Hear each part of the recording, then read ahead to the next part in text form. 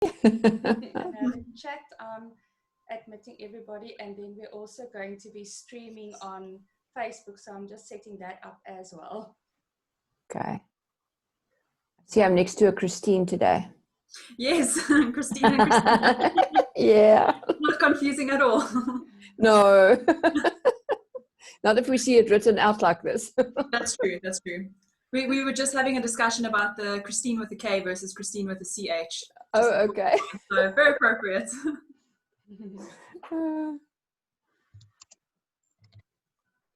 Anneke, if you don't mind, if you see anybody in the waiting room, please admit them. I'm just sorting out the live share or the live stream. Thank you.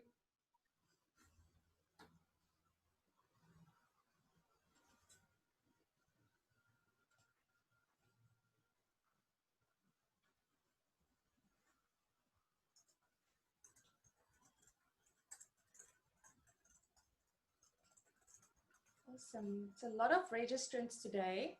We're over 70, so we'll see how many of us or how many of the registrants actually attend, but normally we have a good turnout, so great to have all of you here. It's great to have live attendees, but we'll also make the recording available.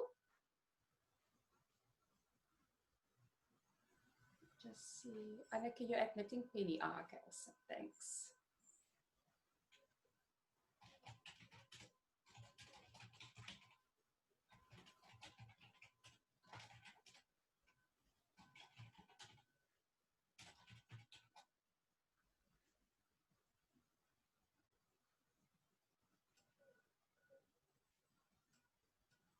Great.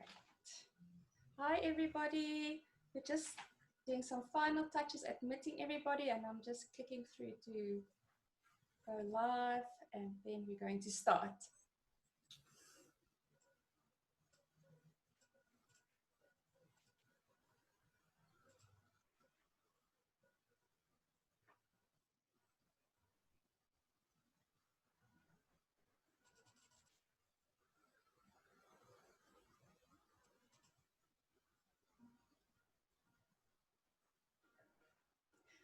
Christine, do you mind while Yes. I'm just, can you hear me? Yeah.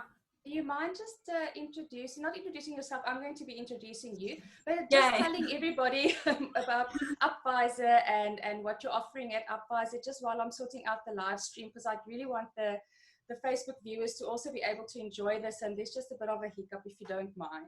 Awesome, no problem. Okay, so Carla will do the official introduction for me just now, which is awesome because I don't like talking about myself. I like talking about you guys. But just as you can see behind me, I am the founder of Upvisor, and it's not UPvisor, it's Upvisor, because we're all about unlocking potential in an advisory capacity. And we really are trying to help businesses go from small to medium and everything in between by improving their productivity as well as their profitability in their business.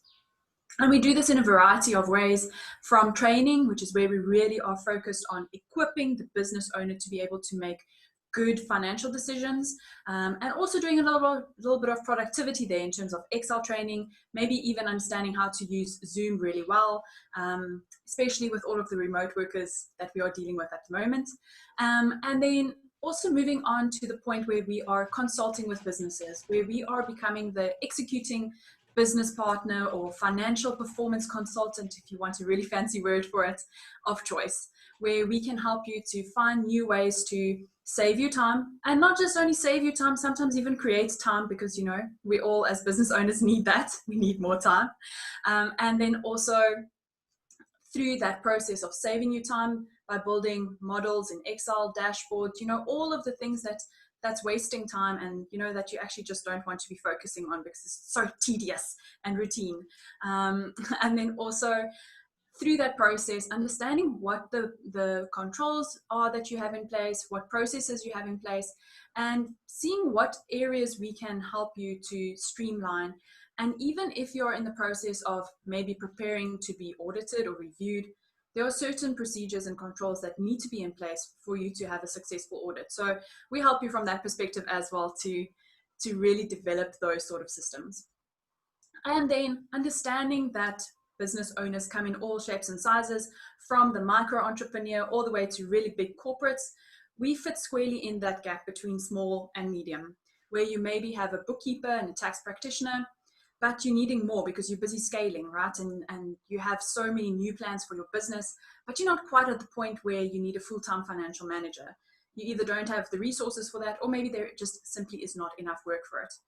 We then come and we fit into whatever pocket that you need, whether it's 1 hour of consulting per month or whether it's multiple days a week, whatever it is that you need to be able to free you up to focus on the things that matter most, which is strategy and operations. And we take away your financial burdens. That is our whole executing leg. And then finally, we have the leg that I'm really excited about, which is all about enhancing the lives of our students and the next generation of youth coming into the workplace, or even starting up their own businesses. Because we really believe that the next generation should be well skilled, they should be excellent, and they should be employable and enterprising and feel like they have a meaning and purpose in life. So as part of our Upvisor Academy, we give them the opportunity to be mentored, to be exposed to work readiness training, entrepreneurship training, and all sorts of interesting other things as well, in conversation with a few different business partners that are wanting to get involved in this from a marketing perspective to all sorts of other areas, to help them be the best candidate that they can be to step into the next phase of their life. So equipping, executing, and enhancing, that is what we are about at Upvisor. Awesome. Thank you so much for that, Christine. I see you're getting applauses all around, so well done. I must just also mention that Christine and I had a session, and you know, you normally do a budget for your money, and Christine and I did a budget for my time, and it was super enlightening. You don't realize that you have to be as careful with your time as you are with your money. So, but we'll go into that a little bit later. I am going to start sharing my screen so that we can get this show on the road. I've got 5 minutes to do an introduction, and then we go on to the main event, which is the discussion with Christine and Anneke. I just firstly want to say thank you and welcome to everybody who's here. I see a lot of the intros in the chat. We've got Michelle here from FNB Business, our sponsors. So welcome, Michelle. Thank you for representing. We've got April from Singapore. We've got Annette from Port Elizabeth. Gay Leon from the island of Jamaica. Wow, and it's morning there, so good morning. We've got Mandisa as well. Let me just see, Penelope. There's so many people. I'm not going to be able to shout out to everybody, but thank you for joining us. I'm going to just start sharing my screen now, and then we can get into it. It's going to be very exciting. Great. Just want to... We've had a bit of a glitch today, so I'm just making sure that everything is working the way it should. There we go. So I'm just going to have to ask you to let me know. Can you see? Okay, great. Thanks, Christine. Awesome. While I'm presenting, Anneke, if you don't mind just admitting, I see there's a few latecomers, but I'm also a latecomer because I'm starting late. But anyway, something I learned from one of our previous sessions with Annette Lovemore is when you're presenting, don't apologize. So sorry, Annette. But we'll have another session with Annette as well. So Future Females today in Port Elizabeth, and it looks like all over the world, we're discussing money and mindset. And it's, I'm not going to apologize. Money and mindset, knowing your worth. Just to look at today's agenda, we're going to start with the welcome and introduction. Then we're going to go through to money and mindset, knowing your worth with Christine and Anneke. And then we'll have the thank you and closing about 15 minutes before the end. And then the event will end. It also just depends. It's going to be a very interactive session. So it might be that we go over the timings and actually end with the thank you and closing at 6 o'clock. So it just depends. Then also just to say a massive thank you to FNB and for Michelle that's here as well. We've got lots of plans with FNB, so watch this space. We're collaborating with them with a lot of FNB business tips for small businesses and startups. So watch this space and please watch our social media accounts as well. Then we're just going to go through to what is Future Females. If you're not aware of Future Females, we are a movement to inspire more female entrepreneurs and also to better support your success. We provide a platform digitally, physically, and emotionally where women can connect and inspire, they can collaborate, and they can also grow with each other and also access the resources that they need to succeed. Future Females are empowered and supported to create, to fail, and to ultimately win. And then more importantly, why do we exist? We exist, we have talked about that. We have more than 22 chapters in cities all across the world. We have over 12,000 members, over 323 contributors, and a global reach of 85,000. What are our goals? Our big, hairy, audacious goal is for everyone in the world to be a future female, committed to and living by the Future Females Manifesto. We aim to increase the number and success of all entrepreneurs, female entrepreneurs and entrepreneurs by breaking down the barriers to access the resources that they need to be successful. And just a short intro to our values. Our community operates in line with our 5 key values. We are collaborative, inclusive, community-driven, we take action, and we give first. And for those of you who are here from other countries, this is Future Females Port Elizabeth. So if I know that April that's here is actually a Future Females Ambassador for Singapore, which is amazing. And if you, you can feel free to go and visit our website to see if you have a chapter in your city. And if you don't, you might want to start one. Maybe you can be an ambassador too. Then just going through our offering, we include free and paid workshops, Founders Club membership, as well as the Future Females Business School, which is our 3-month virtual business incubator program. And then we're just going to look at, okay, that's the Future Females Business School, and then the Future Females Founders Club.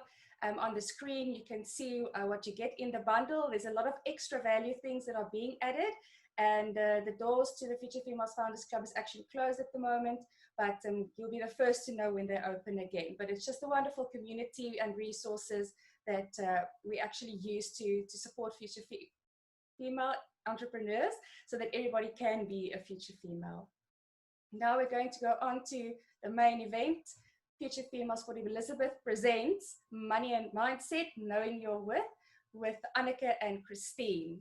So I'm going to stop sharing my screen and just, there we go, so that I can see your faces again while I do the introduction for Christine. Like she said, she doesn't want to talk about herself, although she is such a good communicator, I just don't know why. I was actually teasing her beforehand because I did a podcast interview with her. I'll be sharing it on the Future Females platforms as well. And she caught me a bit off guard when she said, Carla, please introduce you the way that you want to be introduced. And for me, that was a novel thought because we normally send kind of like straightforward stuff through, but it's very important to have that thinking, especially when you think of your worth. You know, how do you want to be introduced? And just think about what is the legacy that you want to leave, or when people speak to you, think about you and have to introduce you to someone else that, you know, what's going through their mind. So I'm going to do this one for you, Christine, so don't stress. So after completing her BCom Honours Cum Laude at NMU, top psycho candidate Christine Tudder completed her articles at PwC Port Elizabeth and qualified as a chartered accountant in 2015. She subsequently entered industry and played a diverse role in finance and reporting.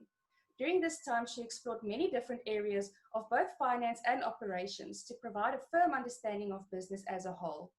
From new business acquisitions to weekly KPI reports and speaking to farm managers about cost savings, she had a truly unique experience of the corporate environment.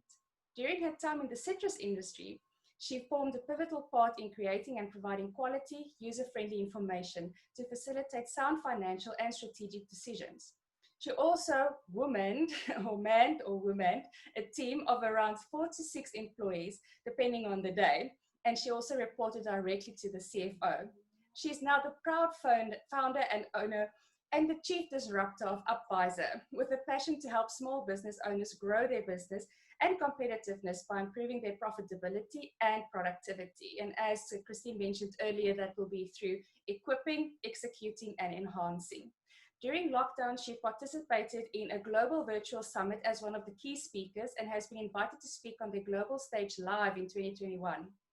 Now, whether through her weekly podcast, where I featured, financial or Excel training, financial consulting, or building time-saving Excel models, you'll find Christine's passion and enthusiasm contagious. With a unique combination of equipping, executing, and enhancing the lives of her clients, she is ready to save them time and increase their confidence, thereby unlocking their true potential, one interaction at a time. So Christine, you can take it away. Awesome, thank you. You said it just the way that I thought, building it up towards the end, towards like one interaction at a time. So great job. You've clearly been listening to what Annette was sharing, so well done. Okay, everyone, thank you so much for joining this session. And as you would have seen in all of the advertising material, which Carla has been bombarding you with, I'm sure, as you know, we are speaking about knowing your worth. But it's not just about knowing your worth, it's also about communicating it, it's about charging it. And it's really about how you can take what you are worth and figure out how to actually carry that message forward into your business. So I just want to talk a little bit about where things started for me, because I think a lot of you might be able to relate to this. And my journey has been rocky. And like many people that have gone before me, entrepreneurship sort of caught me off guard. I never dreamed of starting my own business as a young girl. I wanted to be a vet, and now I'm in finance. But honestly, I couldn't keep going the way I was going. I was literally like on the brink of despair. My marriage was falling to pieces. I was depressed. I was miserable to be around. And I think a lot of my family members can attest to this. And honestly, I couldn't focus on what mattered because I was burnt out, I was cried out, and I was ready to give up. And that was the time when I decided that I needed to take control. I wrote my letter of resignation. I handed it in. Many tears later, many discussions later, I finally resigned. And that was one of the hardest decisions that I've ever had to make. And I'm not that old, so I know there will still be lots of hard decisions, but that really takes one of the top spots. And the reason is because I had to choose between stability and uncertainty, between a life controlled by someone else or driven by what I think my purpose is in life. And going through that process is really what put into motion this journey towards entrepreneurship. And it has been wild, it's been rocky, lockdown has been tough, but it has been exhilarating and it's been risky, but God has been so faithful in the way that He's opened doors for me. And I really know that I couldn't stand here before you today as the founder and chief disruptor of Upvisor if it wasn't for everything that has happened over the past 3 years. But one of the first obstacles I had to overcome, and I had to overcome it quite quickly, was understanding and figuring out what I should charge. And I know a lot of other people struggle with the same question. And we often sit in a space where we start discounting stuff, and we'll talk more about that as we go. But I recently did a photo shoot, and here you can see 4 different pictures, and it's like sort of in various stages of appropriateness, if you can call it that. So this is sort of representative of how my days sometimes go. Sometimes I'm perfect and I can deliver this service of excellence to my clients. But other times I'm frustrated and I'm tired and, I actually just want to give up and wish the day was over. And I think we need to understand that we are human. We make mistakes. And even though I might not always live up to my own expectations, which is sometimes higher than client expectations, and sometimes the feedback that I get is not so positive, I need to realize that I am inherently worthy. Not because of anything that a client tells me, not because of any proposals I win, not because of how much I can charge. That's not what it's about. It's not even about my personality or my brand or because I meet a need in a unique way. that is not what I can associate my value with and my worth with. And you may not be religious, but I have learned that I am inherently worthy because of what God has done for me and the love and grace that he has shown towards me. And I need to find my identity in who he says that I am. But it has been a journey. It really has. And it's been a long one. And sometimes we face the same things over and over again. But ultimately we get there and we get other people to come alongside us. And I want to tell you that you're not alone, because I know I'm not alone, because I've had a lot of discussions with other people that can totally relate to this. So I did a little bit of research, and I'm sure that you know that there's this gender gap. I know we hear about female tax, you know, and we have to pay more for certain female items than other things, but there's also this gender gap in entrepreneurship. And the stats say that females earn between 28% and 43% less than what male entrepreneurs do. And yes, maybe that is because of gender inequality and all of those things. But I also believe that it is because as females, we have a generally skewed understanding of what our worth is. And I believe that this needs to change. It really is time for us to start taking a stand and understanding that we are worthy. So I want you to think a little bit about who or what you are selling. And I think that sometimes, especially if you're in the service industry, you might be in a space where, because you're selling your service, you automatically think that you are selling yourself. And so because of that, any rejection that comes through as a result of someone not wanting your services, or maybe saying that your prices are too high, that automatically starts chipping away at our self-confidence and our self-worth, because we think we are selling our person. And yes, I am selling myself to a certain degree, but I'm not selling who I am. I'm selling my skills, my expertise, my experiences. Those are the things that I bring to the table. And if someone doesn't want that, then it's okay.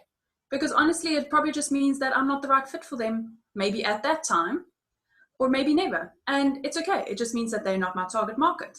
And I just need to go rework and tweak a little bit. So even though it sounds really similar, they are distinctly different.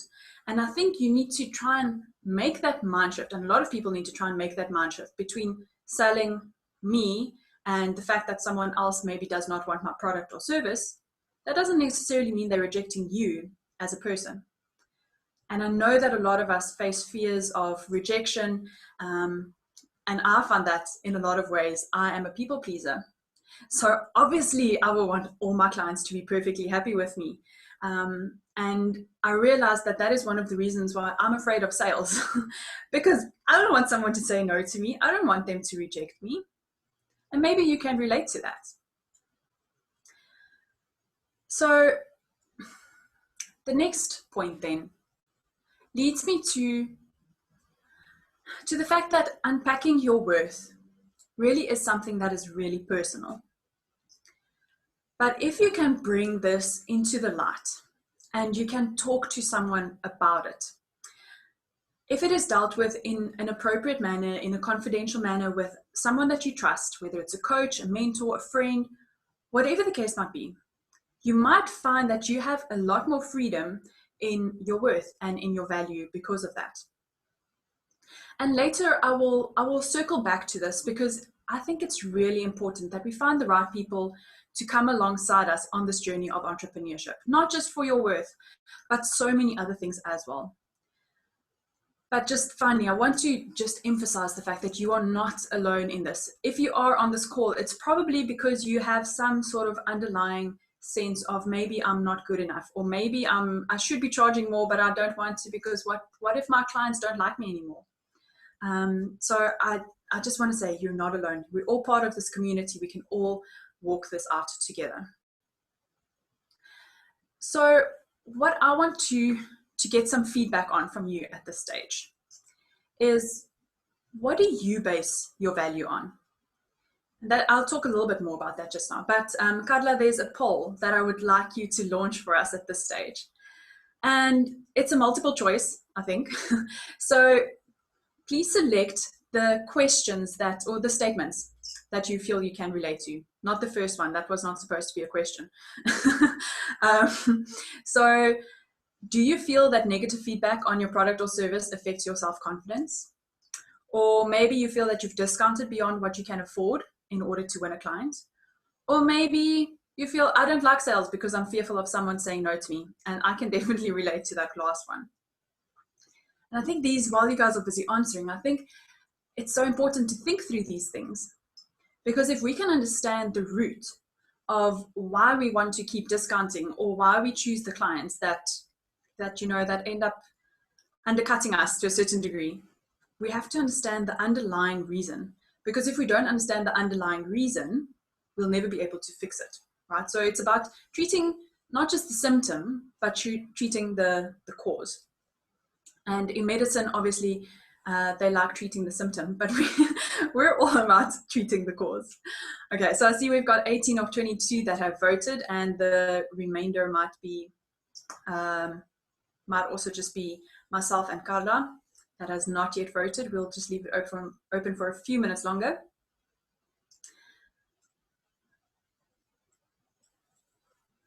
Okay, cool. Carla, you can close that out for us and you can share the results. So what this is showing us is we have 42% of people feel that negative feedback on their product or service affects my self-confidence. I can completely relate. 32% I've discounted beyond what I can afford in order to win a client. Also very, very true. And I don't like sales because I'm fearful of someone saying no to me. 26%. There we go. Okay, so this shows you like we're not alone. Everyone faces these issues, maybe to a larger or a lesser extent. But ultimately, we do feel like whatever our clients say, whatever external affirmation we get, affects our internal confidence. Thanks, Carla. You can stop sharing. So I want to share two stories with you. The first one, you might have heard of these stories, and I'm just going to read them because it does it so much more justice if I read it instead of telling it. So you might have seen this in a few like Sunday school examples, and this has sort of been trending a little while. So it's the story about the 100 Rand note, or the $100 note if you wanted to do it that way. But there's the story about a well-known speaker that started off his seminar by holding up a 100 Rand bill, okay, 100 Rand note, in a room of 200 people, and he asked, who would like this 100 Rand bill? And hands started going up. And he said, I'm going to give this 100 Rand bill to one of you, but first, let me do this. And he proceeded to crumple the 100 Rand up. He then asked, who still wants it? And still the hands were up in the air. Well, he replied, what if I do this? And he dropped it on the ground and started to grind it into the floor with his shoe. He picked it up, now crumpled and dirty. Now who still wants it? He asked. Hands still shot up. And the moral of the story there, he says, my friends, you have all learned a very valuable lesson. No matter what I did to the money, you still wanted it because it did not decrease in value. It was still worth 100 Rand. And many times in our lives, we are dropped. We are crumpled and ground into the dirt in our businesses, in terms of our personal situation, wherever it might be. Maybe by the decisions we've made and even the circumstances that have come our way. And we feel as if we are worthless just because of everything else that has happened. But no matter what has happened or what will happen, you never lose your value. Whether you're dirty or clean, crumpled or finely creased, and I realize today I'm getting so many wrinkles, it's scary. You are still priceless to those who love you. And the worth of our lives come not in what we do or who we know. Even though we say our network is our net worth, I get that. But we are not defined by that. Our worth comes from who we are. Okay, that's the first story I wanted to tell you. The second story, I found this one, I thought it was so clever. And it's the story about a father that gave his son his watch. just before he died, he said to his son, "This is a watch your grandfather gave me, and this is more than 200 years old, really old watch. But before I give it to you, go to the watch shop on the first street and tell him I want to sell it and see how much it is." The son then went and then came back to his father and said, "The watchmaker offered $5 because it's old." And the father said to the son, "Go to the coffee shop." And the son went and then came back and said, "He offered $5, father." And the father then said to the son, "Go to the museum and show them that watch." And the son went and he came back and said to his father, "They offered me $1 million for this piece." And the father said, "I wanted to let you know that the right place knows your worth and values it in the right way. So don't put yourself in the wrong place and get upset if you don't. The one who understands your value appreciates you." And I think these two stories, they just encapsulate what worth is about.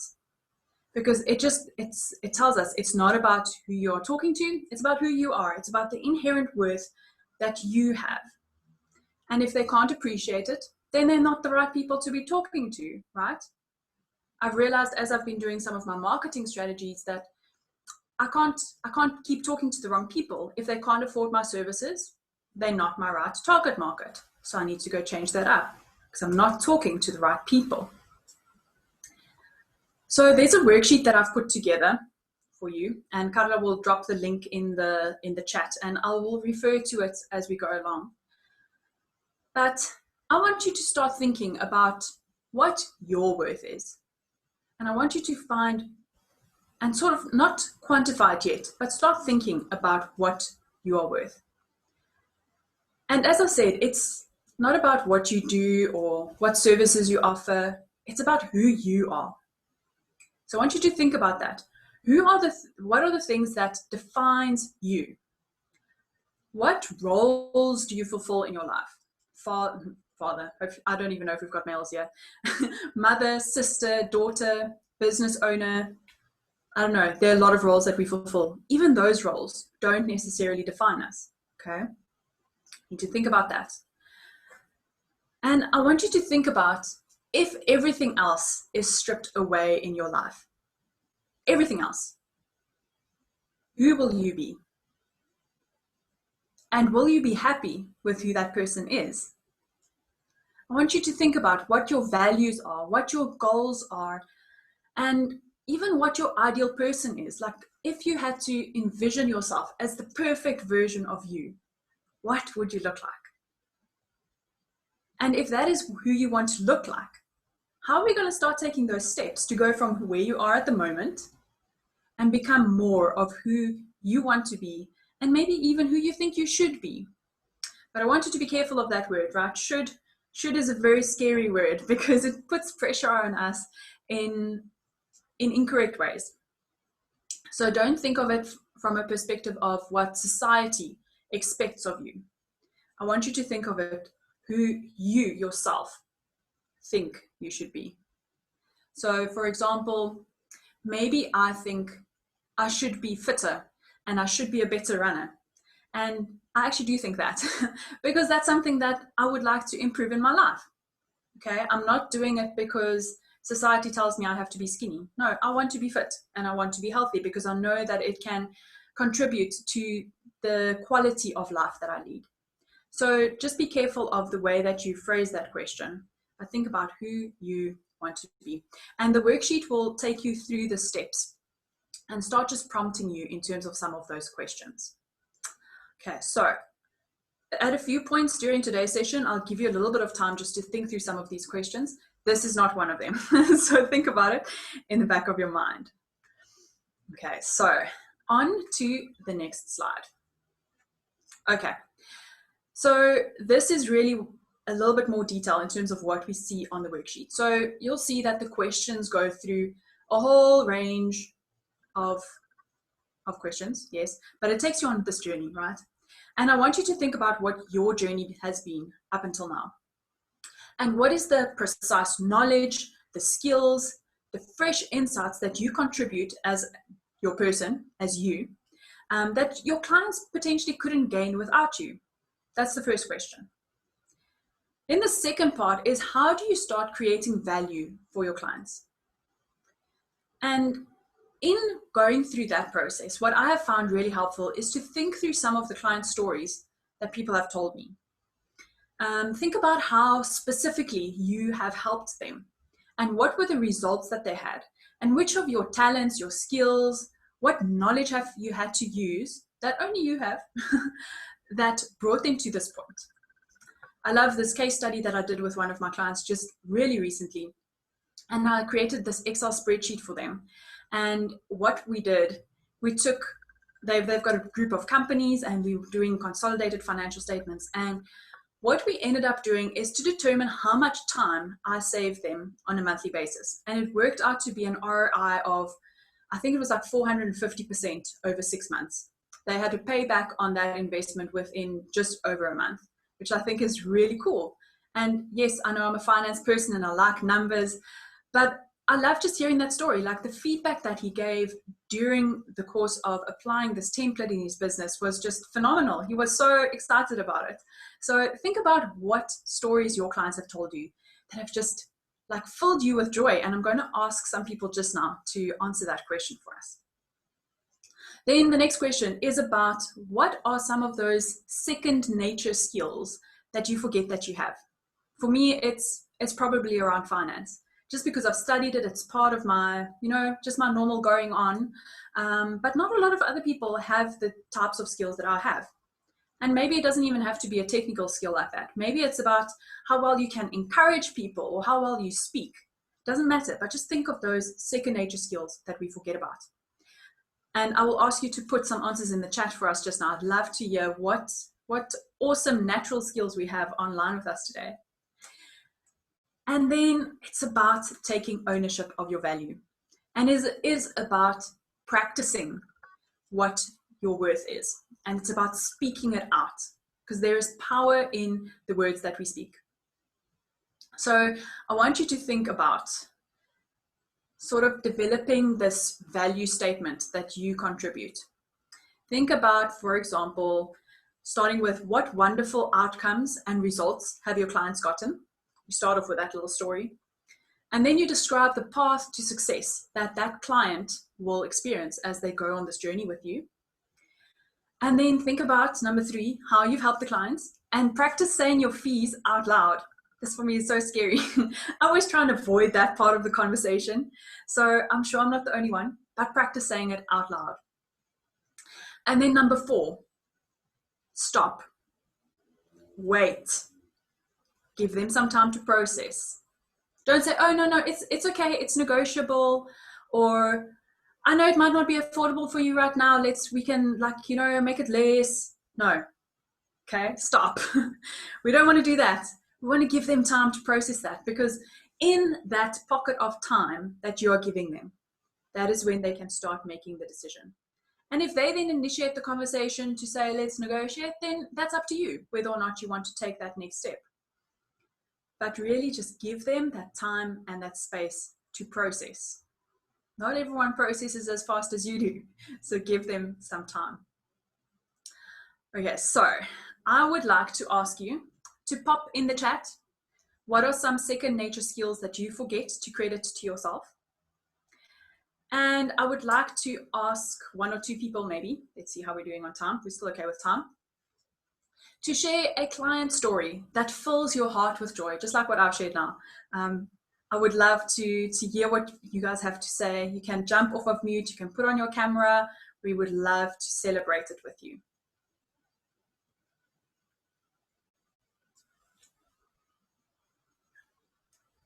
I just need to find the chat in the background so long. Oh, I'm keeping an eye on the chat, Christine. Okay, cool. Thanks. So maybe I can sort of share first and just get the ball rolling. So what I've realized is, so this is a client story more, is a lot of people are feeling a big disconnect with their bookkeepers. It's really just the invoice to pay at the end of the month, and oh, this is your VAT, this is your pay as you earn.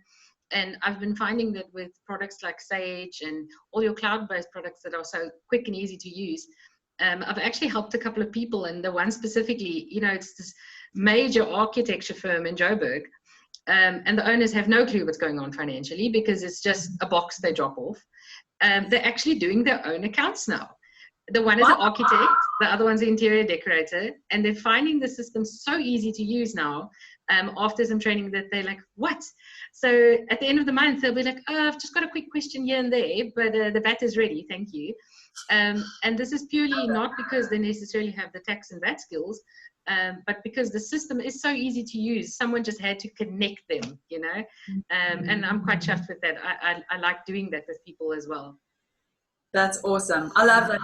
And I love that you are in the space of equipping people at the same time. Because I believe we mustn't just spoon feed people, right? We need to give them... And they must take control of their lives.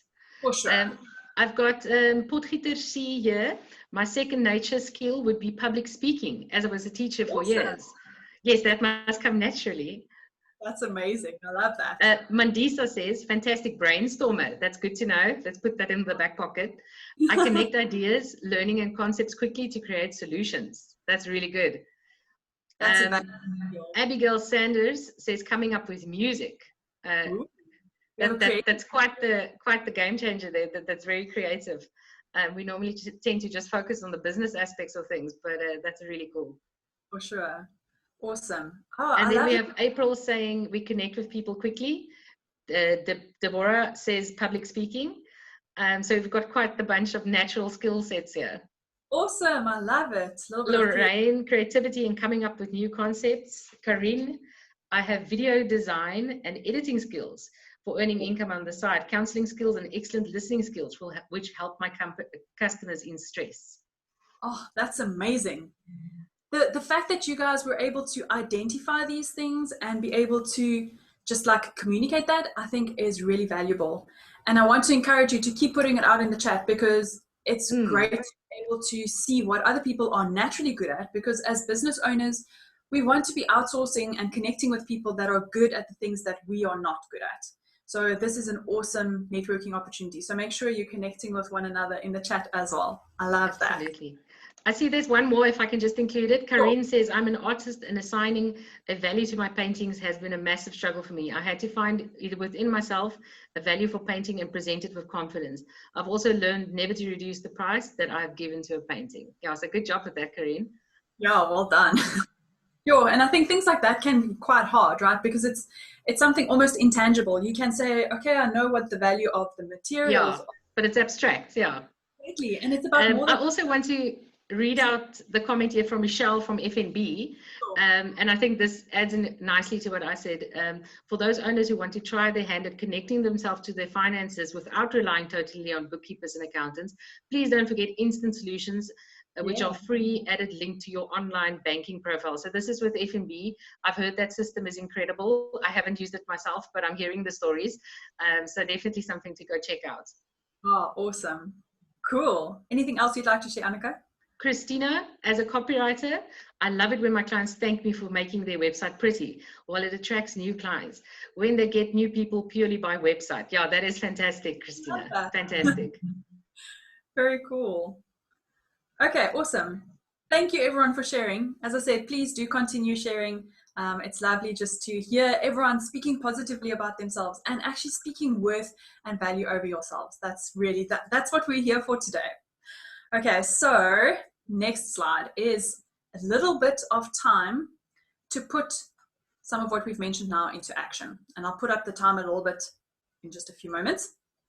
And I want you to think through, if you go look at the worksheet that I've provided towards the end, there's some space for you to start putting some numbers to what we've spoken about. And ideally, you should first go through the whole process where you unpack what your worth is as an individual, as an entrepreneur, you know, follow through all of those exercises. But the reason why I mentioned this one specifically and want to just give you time for this is because I know it's hard to put numbers down. And as I said, I'm a finance person, so numbers I enjoy. So what I want you to think about is, firstly, what are you currently earning? Think about it like either on an hourly rate, maybe it's possible to do it on an hourly rate if you're a service-based business. But if you're not service-based business and you've got a product, maybe just pick one of your average products that you're selling and determine what you are currently earning. Okay. But what we want to be getting to is what you are actually wanting to earn. What is your desired figure? Think about it on a monthly basis. For example, if I'm doing this on the side, maybe I already have a salary that's being paid and I just want to do something on the side. Okay, cool. And I say, based on everything that's in my budget, maybe I want to get a total of like 10,000 Rand per month. Okay, cool. We'll start with that. Then the next part is, how many hours do you want to work within that month? Maybe I say, okay, I'm going to work 2 hours during the week, only during the week, because I'm stingy with my weekends. And I'm going to do that every day of the week for the month. Okay, so that's 2 hours times 5, 10 hours, and let's just round it off to 4 weeks per month. Okay, so we've got 40 hours per month, and I said I wanted to earn 10,000 Rand. Okay, 10,000 divided by 400. Annika, you can correct me if I'm wrong. Yeah, is it 250? Okay, 250 per hour, not 2,500, thank goodness. Okay, so 250 Rand an hour is what I need to be earning. Or maybe it's a case of 250 units is what I need to sell. Okay, but so 250, that is my ideal rate. Now think about what the market related rate is, firstly. Maybe the market related rate is 150 Rand for your service. Then charging 250 is probably going to be a little bit hard, right? Because you now really have to upsell yourself to be able to get to the 250. And I'll talk more about that just now. So if it's much lower than you are, obviously we'll have to adjust a bit. But normally the trend is that market related is much higher than what we are charging. So I say 250, maybe what they're charging in the market is like 400 Rand per hour. What? I'm missing out on 150 Rand per hour. 150 Rand per hour times by 40 hours, that's like 6K that I'm missing out on right there, okay? So it's really important that we do these calculations. And then I want you to think about what you're currently charging. So we know I want to earn 250, market related rate is 400, and maybe I'm actually currently only charging 100 Rand an hour, which is really massive discrepancy, right? But think about how you can close that gap from the 100 Rand that you're currently charging to even just the next step up to what you want to be charging. And then from there, figure out how you can take it from what you want to be charging to what the market related rate is, because that's ultimately where you should be getting to. And I know there are a lot of factors here that, that prevent us from charging what the market related rates are. Some of them might be experience, some of it might be just because, you know, we just don't value ourselves enough, or it might be because we are trying to find new clients. Okay, could be some of those. And some of those are valid reasons, and some of them maybe are not as valid. And we need to work through them a little bit. Okay, so I'm not going to give you the full 5 minutes. I'll maybe just give you 2.5 minutes to think about this while I'm not talking, so you don't have to listen to me while you're thinking. Okay, we'll be back shortly.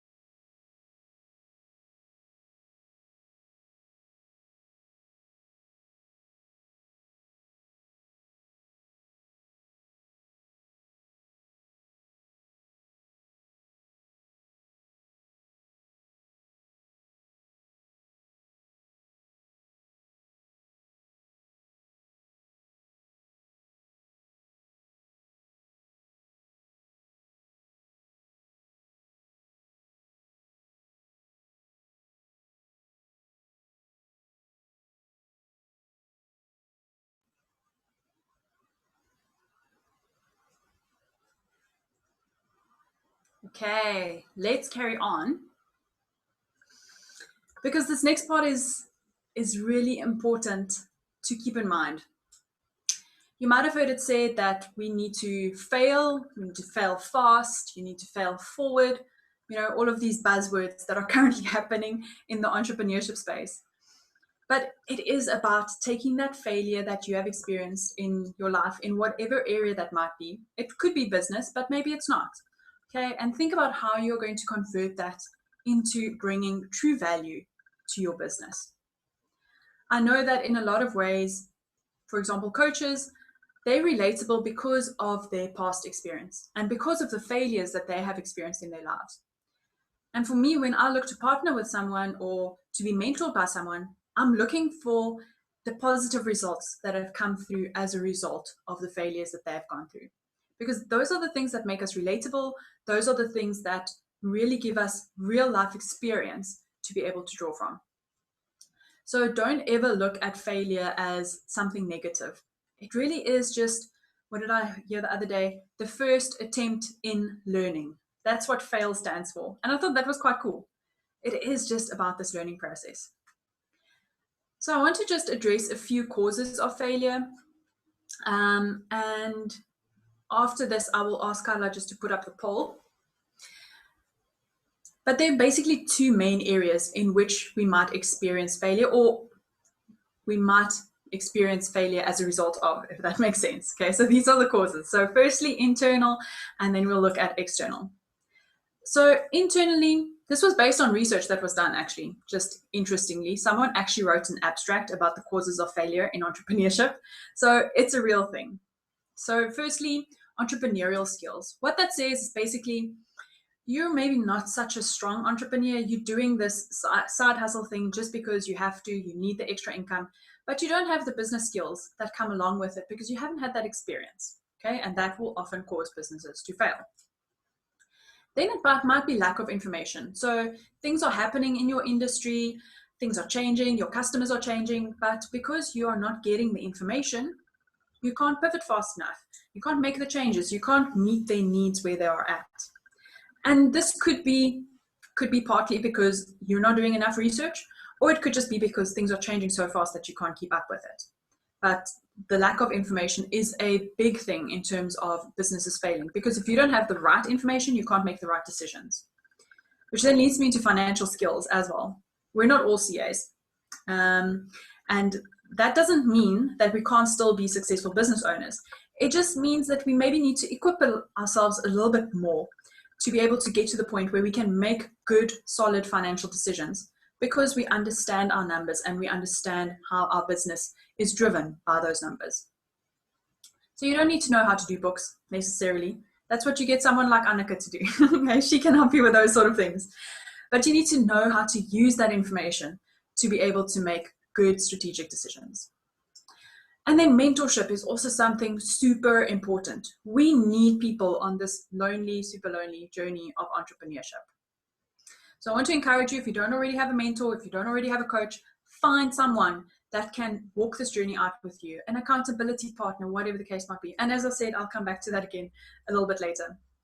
And then interpersonal relationships. What that one is all about is to say, I'm working with other people in my business. Maybe I have a business partner, but we're not working so well together. Maybe there's some clashes. Or maybe there are clashes with your spouse because you don't see eye to eye in terms of your business that you're running. Or maybe even just not having good relationships with your suppliers or your customers. But those interpersonal relationships are the things that keep your business going. You need that support from everyone else in your life to make sure that that is working out. So those are the internal things. So that's affecting you as the entrepreneur, and you're sort of bringing those things to the table. But all of those things can be addressed, okay, because it's internal. The things that are a little bit harder to address are the external factors, things like economic conditions, like lockdown, that's happened now with COVID-19, like recessions. Those are things we can't foresee. It's not necessarily to say it's automatically a cause of failure, right? We are still in a position where we can make changes in our business to make sure we can survive those economic conditions. Next one is all about policy changes. That's where government brings in new rules and regulations. Maybe you're in a highly regulated industry And now suddenly there are policy changes that are happening that's clamping down on certain things. Think about the cigarette ban that's happening. That is an example of a policy change. It's like a joint economic condition along with a policy change, okay? And then obviously unforeseen events. That can obviously always cause issues within your business. The key with all of these is to make sure that you are agile enough to make changes, to keep up with what's happening, to figure out what the new needs are of your customers, and to change your business based on those. I just recently did a Facebook Live session all about pivoting in your business, and I touched on a few of these things. So if you're in that space where you are trying to figure out how to change your business up, then do go check that one out. Just like putting that in as a side note. Katla, you can put up the second poll, please. And I want to hear a little bit about whether you have ever failed in business.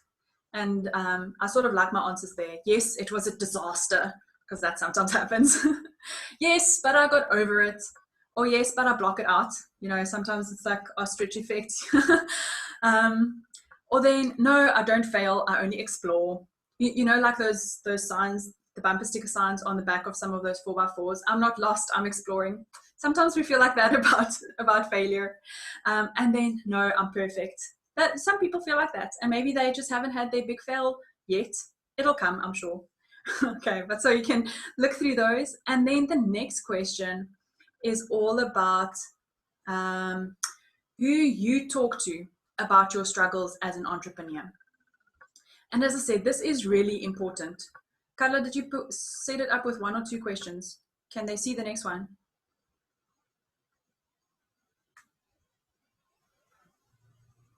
I think it's only the first one that's on. First one. Okay, cool. Sorry, I can't do the poll, so I wasn't sure. Okay, cool. Okay, so you can share those results then. Oh wait, we have a few more people that might want to vote. About 4 people left.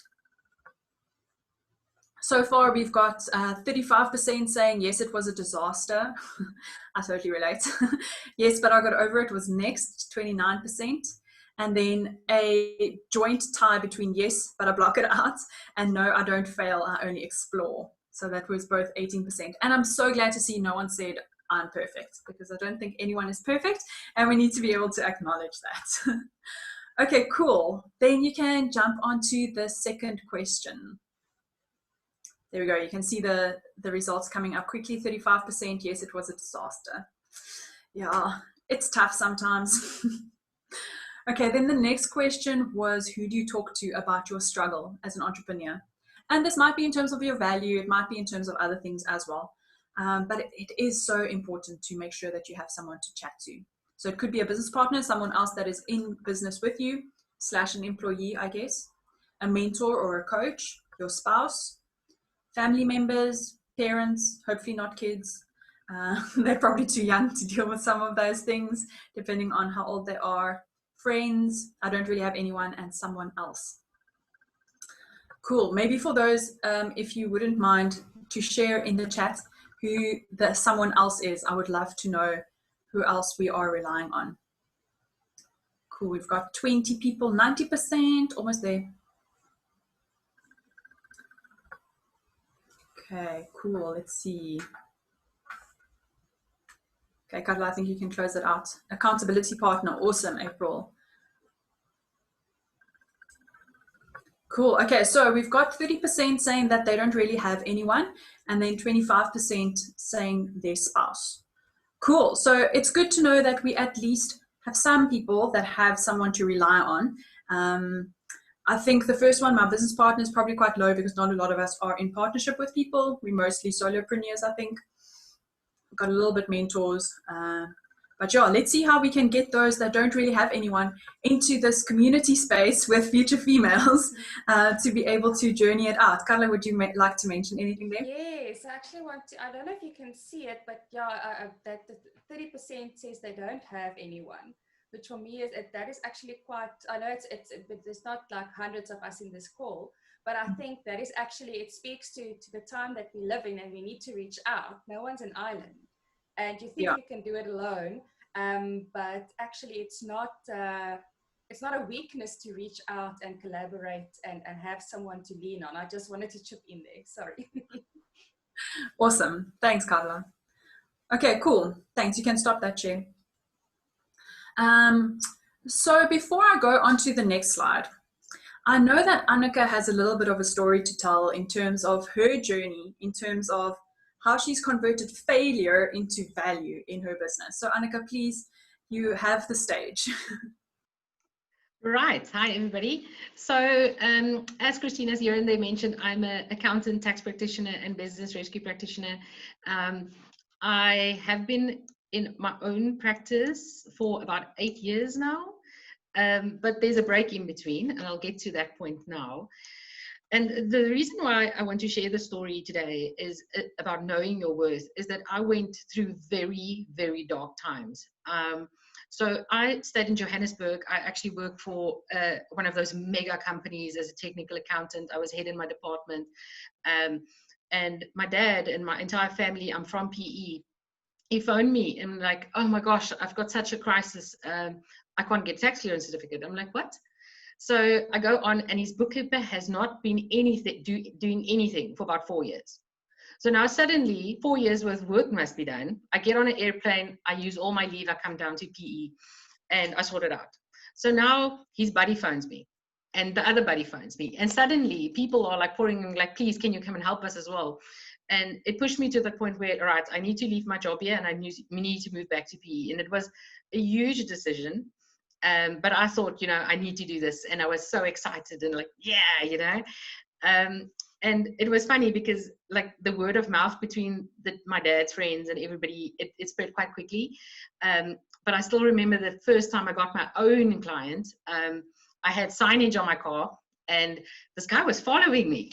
So I'm going down Cape Road and I'm like, so I'm making weird turns and he's still following me, and I'm in Spa in the parking lot and he stops right behind me. I'm like, oh my gosh. What's happening? And he's like, oh, he's seeing my signs. So it was so positive and it grew so quickly and I was so excited. But the biggest problem that I encountered was favors. So you do this one person a favor and he says to his friend, oh, she did this, but she didn't charge for this and this. So, you know, go ask her. And then the next one comes like, oh yeah, can you also do this? Oh, but you don't charge that guy for this. I'm like, why are you talking about this? But anyway, so the favors pile up, and then sort of this just becomes free services connected to everything. And then of course comes the point where you sort of get bullied into fees. So I was advised by a family member to go in low with prices to get into the market. So then this is the thing, I was brand new in business, I had no clue what was going on.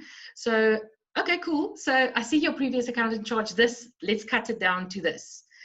And very quickly, I realized I was working 24/7. I was not coping.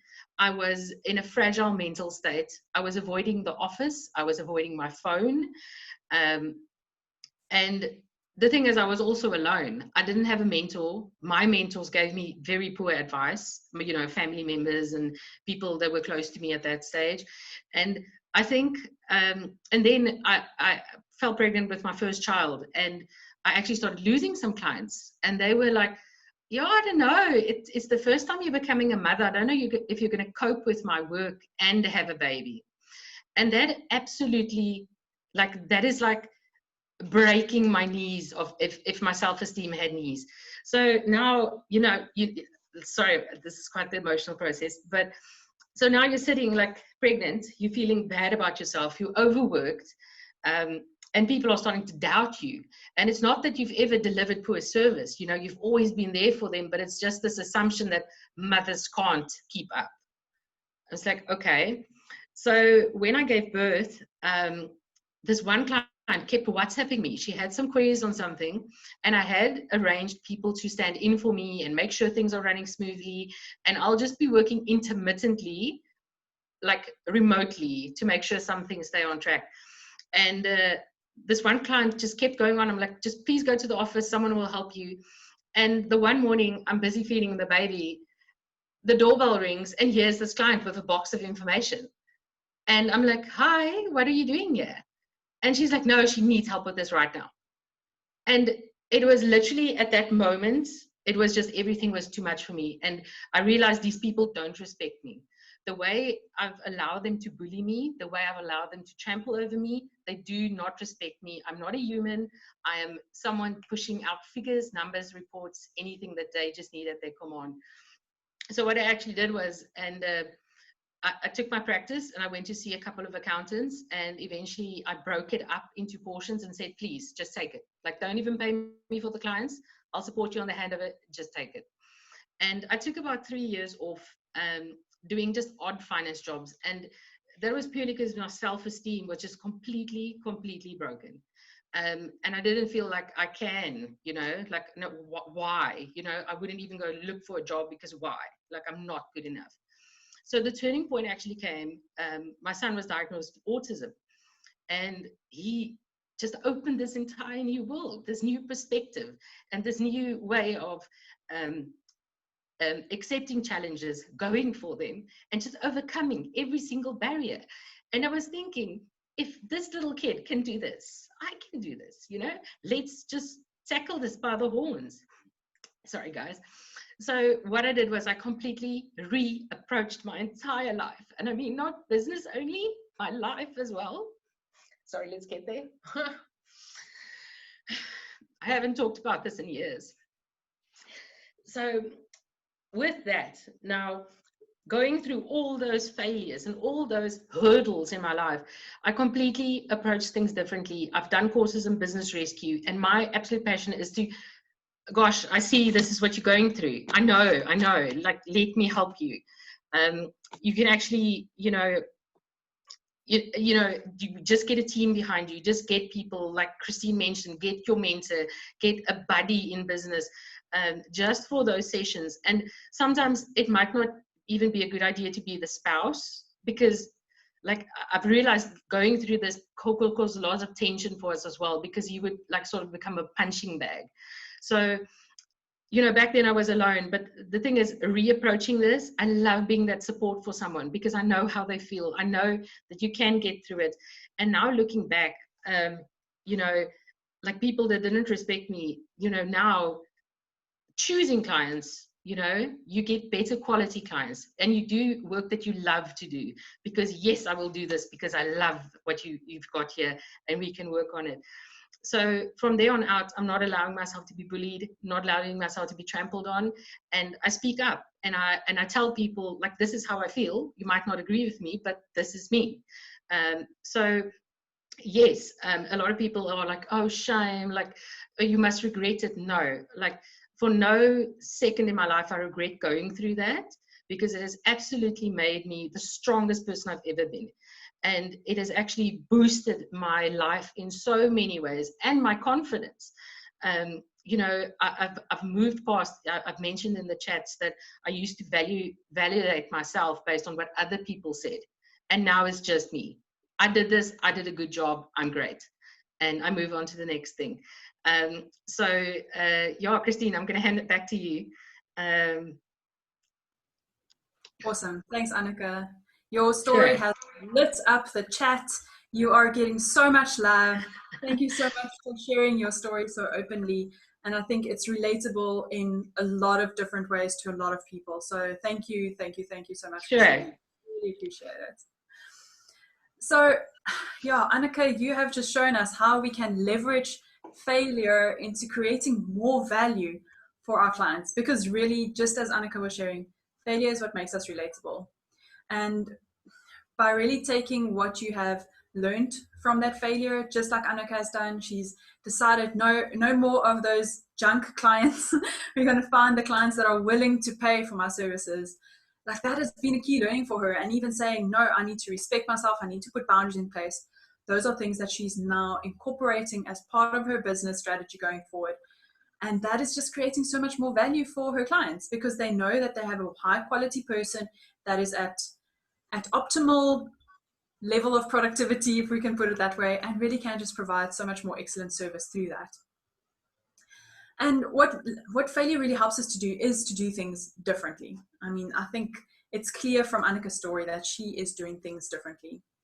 And by continuously failing in small ways and sometimes in big ways, it helps us to figure out how to bring more value to the table for our clients. And that bringing that extra experience to your clients, that I think is one of the things that helps us to stand out from the crowd. Your specific set of circumstances that have brought you to the point where you are now is going to help you to find better clients that can just precisely fit into that niche that you're creating for yourself just because of what you bring to the table. So I want to encourage you to partner up with people through this process of failing, because if we fail, we realize, oh wait, there's actually something I didn't know. So we find someone that can provide us input into the situation, and that is also what helps us to grow more. And through that entire process, as we are learning from our experiences, as we are taking that first attempt in learning, as we're failing, that is altogether going to help us to just create so much more value. And we'll be able to learn how to serve our client needs better. You might have heard it said that our ideal target client or our ideal customer is really just a representation of who we are. And I think in many ways that's true. A lot of coaches, as I've said previously, and if I look everything happening on Facebook, there are a lot of people that are delivering a service based on their experience. And those are the things that really help to catapult you into the next level, because you can show that you've made a success. And so therefore you are relatable and you're reliable and you bring this extra sense of expertise. So, okay, enough belaboring the point in terms of leveraging failure. I think I probably could have stopped it at the end of Annika's story. She gave the complete message there. So the next part that I want to talk about is not just, we've now looked at understanding what you are worth and maybe even establishing what you think your value should be, but really taking that and putting it into action and communicating our value to our clients. That's where the magic happens, right? It's about communicating it and teaching your clients to value you, just as Annika did in her story. So when you charge your value, we are going to do a few things. Okay, we are going to firstly be clear on what you are uniquely contributing to your client. Secondly, Annika touched on this, we are going to say no. We are going to set our boundaries, because we need to be really firm in terms of where our scope starts and ends with our clients. Because as some of the people in the chat were saying, it's so easy for us to be taken advantage of if we are good at what we do, if we care, all of those things that people really value. It just ends up getting us being taken advantage of. But it's our decision at the end of the day. You are the one that allows that or does not allow it. So we need to start saying no. Remember, every yes is a no to something else. So if you are saying yes to this low value client, it's probably meaning you're saying no to a higher value client. So always keep that in mind. Then we are going to remember that price does not equal value. And now you might be like, no, but Christine, this does not make sense. But it's really true. What we charge for our services is not always directly representative of the value that you get from it. Now I want you to just ponder over that. What value are you contributing to your clients versus what is the price that they are paying for it? And maybe you get to the point where maybe they are aligned, but then I want to challenge you and say, actually, you need to be providing much more value than what you are charging them. I'm not saying undercharge your services. That's not what I'm saying. I'm saying provide more value than what they would expect for the price that you are charging. So this looks different in different businesses, but I want you just to think about that and mull over it and figure out how it applies in your business. And then you're going to think about using case studies in your business. The same case study that I provided to you just now, really briefly, that can be something that you use in your proposals to your clients. Like testimonials, we all hear about testimonials and referrals, but case studies are sometimes so much more powerful, where you actually explain in detail, or less detail, but you give quite a lot of detail and context to explain why your service was uniquely positioned to be able to take that client from A to B, okay? And you're going to think about how you can communicate that case study to a client in a way that they would be able to associate value to what you are providing. And then you have to be confident. And that's where the part where I said you need to practice saying your fees, whether it's to a friend or a colleague or whichever it might be. You have to practice saying it, because practicing saying it is going to help you to get more confident in terms of what you are bringing. But you can only be confident if you really truly believe in your value. But if you've gone through all of the other exercises that we did up until now, you will believe in your value, because there's so much that you as an individual are bringing to the table. And then the final one is about practicing to increase your prices. Now, this is where it can sometimes get tough. Remember what we said just now, 100 Rand versus 250 is what I want to charge. And maybe I think this is roughly okay in terms of what I'm offering. But everyone else is charging 400. So what can I do with my 250 service to justify getting to 400 Rand? Okay.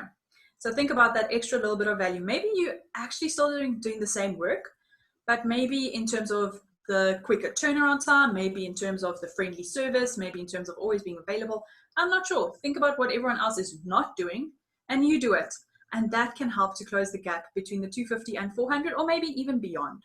Okay, so practice finding new ways to increase your prices. And that is probably going to be as a result of increasing your value. So let's see. I think this is one of our last exercises, I think, if I remember correctly. The spreadsheet takes you through this process where you can, not the spreadsheet, sorry, Excel brain. The worksheet takes you through this process where you can define your unique selling proposition, and determine which boundaries you need to set. So think about the things that you are allowing your customers to take advantage of. What favors are you doing?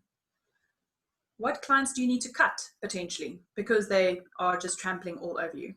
And maybe it's just saying, actually, no, doing books is not my strong point. So I'm not going to do that. Even if my client asks for it, no, I'm going to refer them to Annika to help instead. So think about your scope. And then set your price. Maybe you've got multiple products, multiple services. It's fine. Do it for each of these. Okay. Set your price. And then you're going to summarize your 3 top stories. So think about those case studies I referred to just now. Think about your customer stories that filled your heart with joy and excitement. Think about all of those and how you can fine-tune them and get them concise enough to be able to use in a proposal, or having that introductory meeting with your client, or maybe the second meeting where you start quoting. And then think about how you are going to affirm your value to yourself, but also to your client. Now, I think one of the downloads that we might be sending to you, Carla, you can correct me if I'm wrong, I've created a few just images that you can download onto your phone, like little backgrounds. And those are really affirmations that you can use to be able to make sure that you are confirming that you are valuable. Even when you fail, even when you cry, even when you get things wrong, you are still worthy, you are still valuable. And I like the third one that I've got there. I will not discount. I will not discount. I will not discount. I think that's so important for us to remember. And then sorry, I can interrupt. Maybe I can have some I do not discount wallpaper printed. I think that's a good idea. I think we can all benefit from that one. And then the last one will then be all about increasing your price. So I'll give you a few more moments before we go into a breakout room, just to discuss some of these things, just to think through that. And maybe you don't have to complete it all now, but I just want to start getting your mind to think in this direction, because it's so important that we set time aside, just the same way that we plan for the month, plan for the quarter. And if you have not done your monthly planning for August yet, bear in mind, July is coming to an end soon. So maybe even incorporate this process as part of your monthly review and as part of planning for the next month going forward. Okay, so I will be quiet for the next few seconds, and then we will send you into our breakout rooms shortly.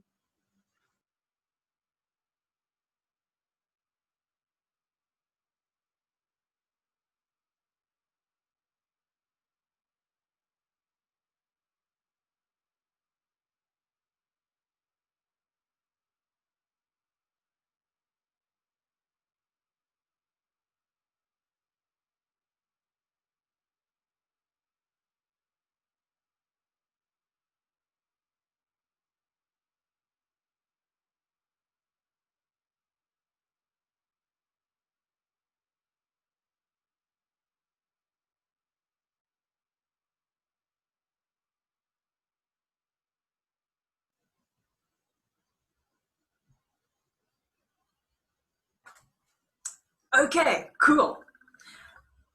In your breakout room that Carla is going to send you into shortly, I want you to share with the rest of the people that are there why you are worthy. And I want you to start the sentence with, I am worthy because. And I've strategically taken these pictures that you see on the screen at the moment, just to prove it is not about what we do. It's not about what we look like. It's not about whether you are fit or not. It's not about whether you do boxing or music, whether you're a creative or a finance brain.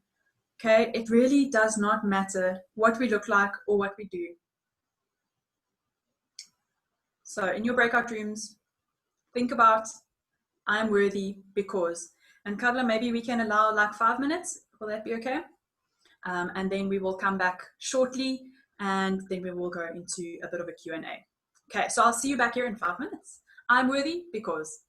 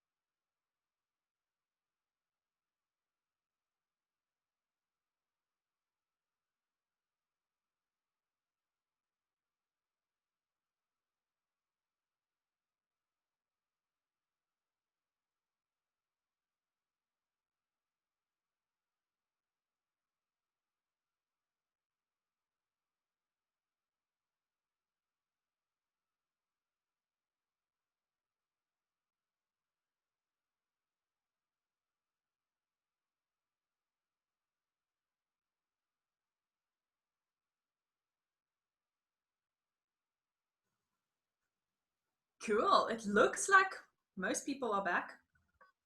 It does. It does. Awesome. It's all of them closed.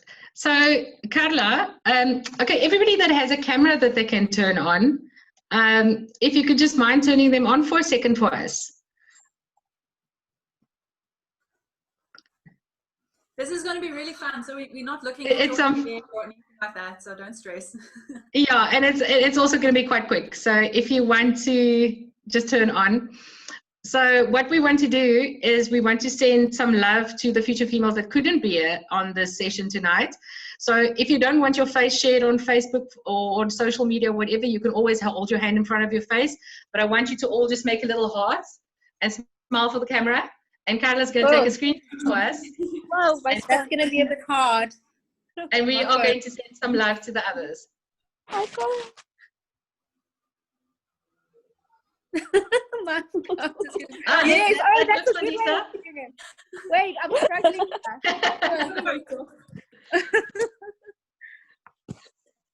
I see Tasneem has a great idea there. It's on my lap. It works, it works. There we go. Some hearts for everybody. Guys, just hold it there. Because I'm taking a screenshot and I'm just checking and then I'm taking another one. Because it looks so cool, all the different ones. So just keep it there.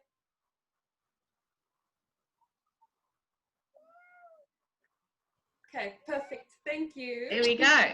Okay. So those that want to shut off cameras again, you're welcome to. I think my real smile almost became a fake smile towards the end there. My face is hurting. Oh, funny. Okay, cool. Thank you so much, everyone. I hope that was something that affirmed you as well as everyone else in the room. And I think we need to start exercising that inner willpower we have to declare ourselves worthy a lot more often. So the more we say it, the more we start believing it. So I really want to encourage you, if you were struggling with that sentence, then go work through some of those exercises that we provide to you in the workbook. It will really help you just to affirm some of those things. Okay, so I would like to open up for Q&A at this stage. There will be 2 more slides after the Q&A part, but if anyone does have any questions at this stage, please don't hesitate to unmute yourself and to ask us some questions or even pop us something on the chat. I think we did also have some questions coming in through email that Annika will man for us, or woman for us. So yeah, if you do have any questions, then you're welcome just to pop that in the chat. There we go. I can at least see the chat, so that's good. Mandisa, there we go. You can go. Hi. So Hi. I did the exercise. I started my business in April, and I did the exercise of just figuring out what income I desire or need, and then worked out my hourly rate from there. And then what I do, because I have various services that I offer, when I do a quote, especially like a quote on something that I'm doing for the first time for a client, I go and check what the market rate is. And sometimes I find that I am a bit higher than the market rate. So in that case, I do believe that I already add great value, especially for my clients in tourism, because of my intrinsic experience and knowledge. But what do you advise in that case? Like, what is too much higher than market value? I'm with you. So I think that will depend very much on what industry you are in. But I think a good start will definitely be in terms of determining what your value offer is that is better than what everyone else is offering. The 2 factors that we can really change if we are wanting to change how much we charge is either to change our product or service a little bit. And for example, let me take an example. Maybe that's easier. Okay, so I've got this lipstick. I don't like wearing lipstick. But if someone tells me that they are selling me confidence instead of just lipstick, okay, I'll probably actually end up paying more for it than I would just for a stick of lipstick if confidence is an issue, so it might be the way that you are communicating that value proposition.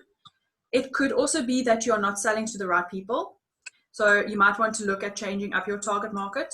For example, I did a lot of stuff with micro entrepreneurs before lockdown, But I realized as much as I'm passionate about them and solopreneurs, I realized they probably can't, I'm not the right person for them because they can't afford my services.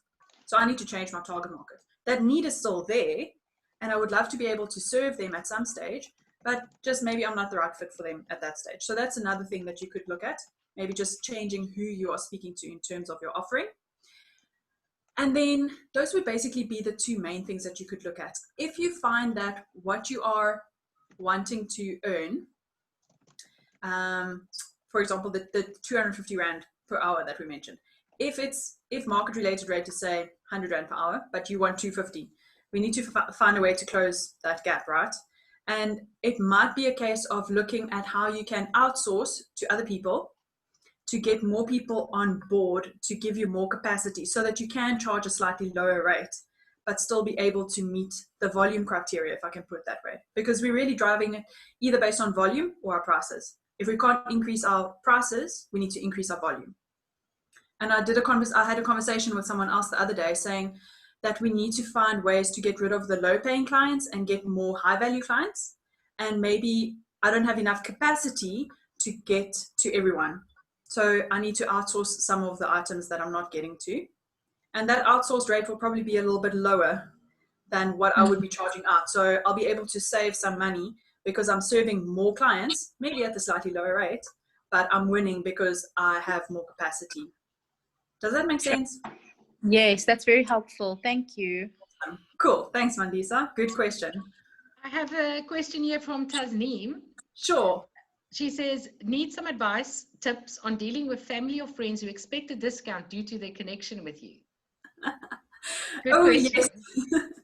The family and friends discount. This is such a real problem. And I think especially for females, because we like helping people, right? And we like making sure that those relationships are solid. So I think one of the best tips would be to firstly, if it's at all possible, to not go down that road at all. So even before they get to the point where they ask for the friends and family discount, just say that that's not available. You know, if you don't start that pattern, it's much easier not to fall into that trap. But if you are already in that space, and Annika mentioned that earlier as well, you know, you start doing favors here and there, and then word spreads and it gets worse. It is going to be about the boundaries that you put in place for yourself. So maybe you tell your friends and family, you're willing to do, family is much harder, but friends, you say, this is what I'm willing to do based on your lower rate. So perhaps they want you to charge 150 instead of 250. Okay, that's fine. But I'm probably going to give you a little bit less than I would to my clients that are offering or that are paying me 250, if that makes sense. So it might be about changing up your offering to your friends and family. Maybe if you're doing a product, you're not going to package it nicely because that's going to cost you money, and you know, they just want the product. So look at different ways that you can maybe, I almost want to say, water down your offering for people that are asking for the discount, because that's ultimately what they're doing. I heard an interesting story the other day. I can't remember exactly what the case study was, but it was something along the lines of a very intricate watch that someone ordered, and they weren't willing to pay the exclusive premium price for it. So they mailed the artist or whoever it was that was putting the watch together, and they were like, okay, fine, I can give it to you at that price. And they were all excited, and they got the product, and it was disassembled. It was all in parts, and they just got a little wrench to go along with it to put it together. And he went back to them and he was like, well, what the heck is happening here? And the person, the artist, whoever it was, said, you're paying for my skills and my expertise. So if you want to put it together yourself, fantastic, I'll give it to you at a lower price. But if not, if you want me to do it for you, then you need to pay the premium price. And I think the same goes in our businesses. If you want me and if you want my skills and expertise, then you have to pay what I'm worth. Christina has a great question here. I launched a new website and decided to put 3 different website packages together with the prices. What is your take on showing your prices online? I'm testing it at this stage. That's a hard one. I think this depends on the industry that you're in. If you find that all of your competitors are putting up prices, you might want to put yours up as well, just because if that is the industry trend, your customers are probably going to want to shop around. I know sometimes I get really annoyed if people tell me just to request a quote and they don't tell me what their prices are on their website. But it depends, it really does depend on your industry. And if you're busy testing it, then that's awesome. Maybe do like a A/B testing, you know, where you've got one with the pricing and one without the pricing, and see what the conversion rate is on each of them. Like, do you get more emails because you have not put down the price? Or are you actually getting more clients because you're getting the right clients that are at the decision-making point already at the time that they are looking at your website? So it might be worth just testing both ways and seeing what works. You might want to create a landing page that allows them to click through to find the pricing instead of just having the pricing on the first page, and see if that causes them to stop on the first page, because that would give you an indication as to whether requesting a quote or providing the prices might give you a better conversion ratio. I hope that helps. But yeah, it really does depend on what your product or service is. Christine, can Sure, I add? Yes. I just typed into the chat as well. I think it also depends on whether the service or product is customized or standard. I know that someone who actually was supposed to be on tonight but she couldn't make it. Her services are so customizable that she doesn't give out her pricing. She first has a sit-down consultation on Zoom to make sure that she can give her clients what they need and not have them pay for anything that's irrelevant to them. So I think it also depends in that way, you know. Yeah. You know, I think websites are pretty not standard, but what I find is you talk to people, you get all the needs, then you send a quote. 2 weeks down the line, they decide you're too expensive. You know what I've decided to try now is to give them the price. Now they know, is this the ballpark they're looking at? Exactly. Then you go into your investigation, and it's still a very customized service, but they know the price. Yeah. I would even just say, Christina, maybe just to say from X amount upwards. Like, you don't have to say exactly how much it will be. You can just say, this is the lowest it could be. And if that lowest is too high for your person that's perusing your website, well, then they You're will not my person. Exactly. So I've found that sometimes works. Like for my consulting services, I'll say from X amount upwards. Okay. And then if they can afford it, then awesome. And then they can engage with me. If not, then they just won't have that conversation, which also helps to reduce the time requirement from my side. Wastage. To be able to actually filter through all of the incorrect people. Yeah. Okay, cool. Good question. Thanks, Christina. Okay, let me maybe ask a question from the email. Sure. So I've considered a business coach, to get a business coach to have a support buddy structure, but how do I go about choosing one? It seems that the internet has suddenly been flooded with coaches, and it's getting hard to tell which are legitimate. Yeah. I found this exact problem, especially during lockdown. Everyone suddenly popping up and being a coach. And I actually had a conversation with an accredited mentor about this, and she expressed the same frustration just with anyone being a coach.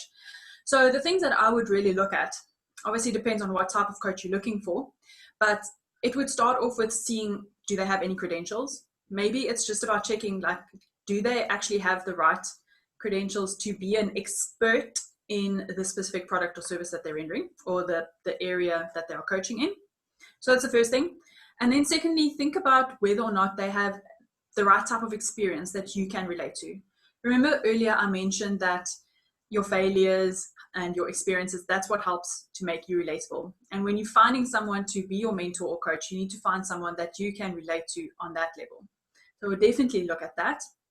And then also look at whether maybe a friend or colleague has referred that person. Especially with coaches, I think it's important to make sure that you have some degree of contact with that person to make sure that they are actually legitimate and they can provide quality service. And then look at whether or not you are compatible. I was thinking about this question because I saw it beforehand, and I was just thinking that getting a coach is really like almost like getting a marriage partner, you know, because they are providing valuable input into your business or into whatever other part of your life. So you need to make sure that you are compatible and that your personalities don't clash. Sometimes though, we need a harsher coach because we need that kick in the bum. That's also fine, okay? but you need to make sure that the personalities don't clash. And I want to encourage you to really jump around. Like, keep jumping around between coaches until you find the right one for you.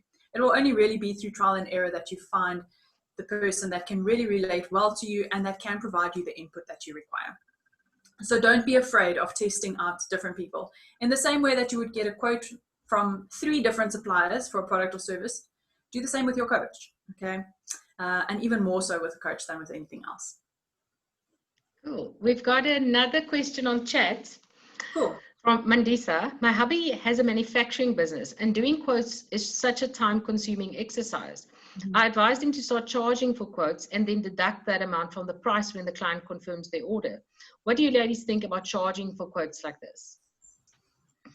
Yeah, I think that might be an interesting way of looking at it. If I think about financial advisors, I'm sorry I've got all these financial examples, but if I think about a financial advisor, when you have a consultation with them and you don't take up any of their products, then they bill you for that consultation. But if you do actually take out a product with them, then they won't bill you for the consultation. So it might be something similar to that. Maybe it's going to be, I actually like that idea of netting it off against whatever the actual final quote comes out at that they are going to accept. So I think that's a good strategy. But again, depends on what else is happening in the industry. If he's the first person that's going to end up quoting, then, charging for what he's quoting, then you might have a little bit of backlash from the potential clients. So you might just have to see how you can sort of phase that in. I hope that helps. Anyone else? I think we're almost at our time, so maybe we should wrap up unless there is one more question, Annika. No, I think we should be good. Okay, awesome. If there is anything else, please do pop it in the chat. We can always address it during the post-event resource email. So we will make sure that we address some of them. I just want to mention as well, sorry, Christine, that we'll be finishing at 6, but we will be staying on for a few minutes after. So if anybody wants to chat to Annika or Christine or even to Michelle from FNB, if they want FNB business advice, do stay on, but the official event will end at 6. Cool. Thanks, Carla. Okay, so what's next? We've gone through this whole process. We've thought a whole lot of things. We've crunched some numbers. We've made some hearts. But what's next? And I want to ask, who is taking this journey out with you? I told you that I would get back to this point. So, sorry, let's go back there. There we go. I want to know who is going to be your brainstormer, your accountability partner, your financial brain, the person creating value with you or affirming your value with you. Because what I've realized over my time as being an entrepreneur is it can be a really lonely journey. And there are many times that I have realized that I need someone to talk to. And it doesn't always have to be a therapist. Okay, it can be a colleague. But it's someone that can make sense of all of my thoughts and my ideas. And one of the ladies was mentioning that she's a really good brainstormer. So maybe it's like chatting to her and saying, cool, let's like brainstorm some of my ideas. But it is about seeing how we can bring all of the strands together. And what you need to remember is that an observer is always going to see things more clearly than you do because you're stuck in the detail. You know that old saying about we struggle to see the wood from the trees? And that's so true. We need someone else with an external perspective to be able to provide us with some input. So I want to challenge you to find someone. Maybe it's Future Females, maybe it's myself as a business coach, maybe it's, I don't know, it depends on what you need, okay? But I want to challenge you to find someone. Find someone that can be that accountability partner. Find someone that can walk out the journey with you. But specifically someone that has been there before and someone that has faced similar giants to what you are facing. So I can help you uncover some of the truth about your worth and your value. And I think that there are other people on this call that can do that as well.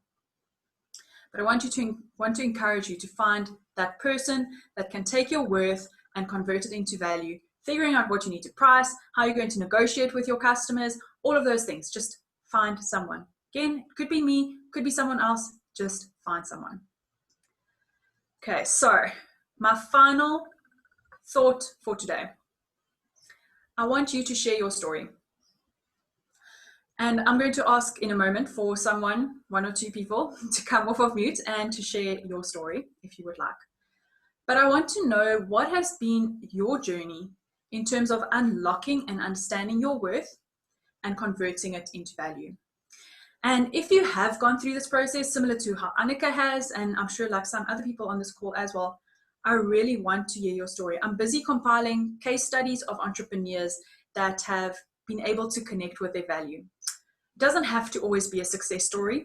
Okay, sometimes the stories of failure can give us good lessons as well.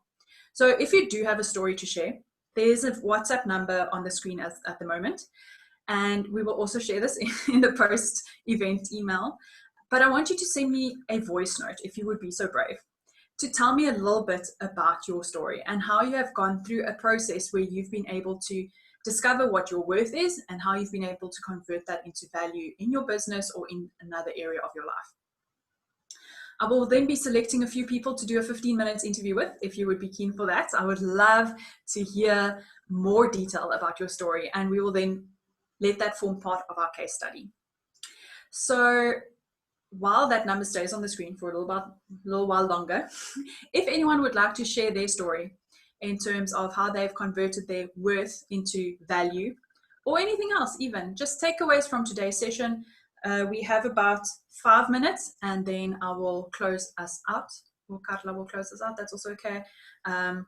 But maybe just in closing, before anyone shares, I really hope that today's session has been valuable and that you've been cured of that discounting disease that we spoke about in some of the pre-event emails, and that you are ready to become whole and worthy again. And I really want to challenge you to spend some time discovering your worth so that you can charge your value. Because you are worth so much more than what you could ever begin to imagine. And that is just because you are uniquely you. So thank you very much for taking this time. I'm going to end my share now, but if anyone else would like to share, jump onto their videos, I would love to hear your story.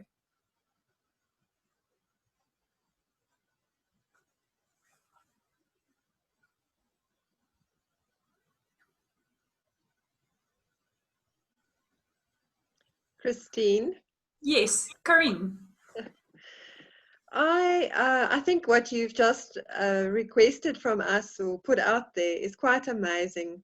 I'm also a Toastmaster, and if any of you are, you will know that it's all about stories, and life is all about storytelling. And the moment you put that on the screen, you know, it resonated with me.